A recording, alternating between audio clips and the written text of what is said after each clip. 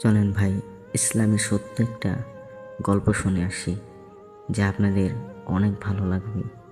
এই গল্পটা সকলেই শুনবেন মনোযোগ দিয়ে।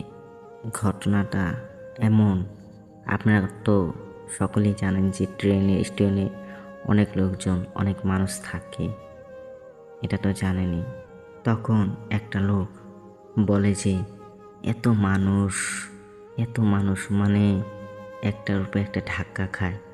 ধাক্কা খাওয়ার পরে বলে যে হে আল্লাহ, আমি তো জানি, আমি সব কিছু মানি, কিন্তু তুমি যদি আমাদের হাত পায়ে এমন একটা সিস্টেম করে দিতে পারতে যে সব খুলে ব্যাগটার মধ্যে রাখতে পারতাম আর ছোট্ট একটা সই নিয়ে হেঁটে যেতে পারতাম।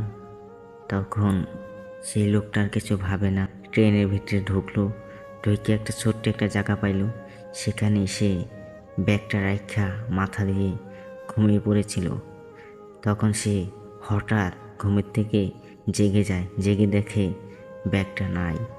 তখন সেই লোকটা মনে মনে বলে, হে আল্লাহ, তুমি রহিম, তুমি সাত্তার, তুমি গাব্বার, তোমার রহম এত দ্বিধা মালিক বলার মতো না।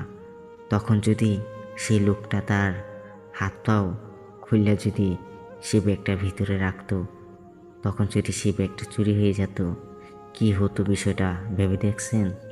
তাই সেই লোকটা আল্লাহকে শুকুর জানাইছে, লাখো লাখো শুকুর জানাইছে সেই লোকটা আল্লাহকে। তাই মনে করেন আল্লাহ কত মহান, অসীম দয়ালু।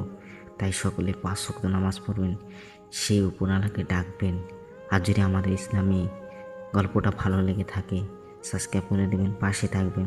আরও নতুন নতুন ইসলামী গল্প পেতে চ্যানেলটা সাবস্ক্রাইব করে দেন, পাশে থাকেন। নতুন চ্যানেল, নতুন ইসলামী, সকলেই সাবস্ক্রাইব করে দেবেন, পাশে থাকবেন সবসময়। আল্লাহ হাফেজ। সকলে 5 ওয়াক্ত নামাজ পড়বেন ইনশাল্লাহ।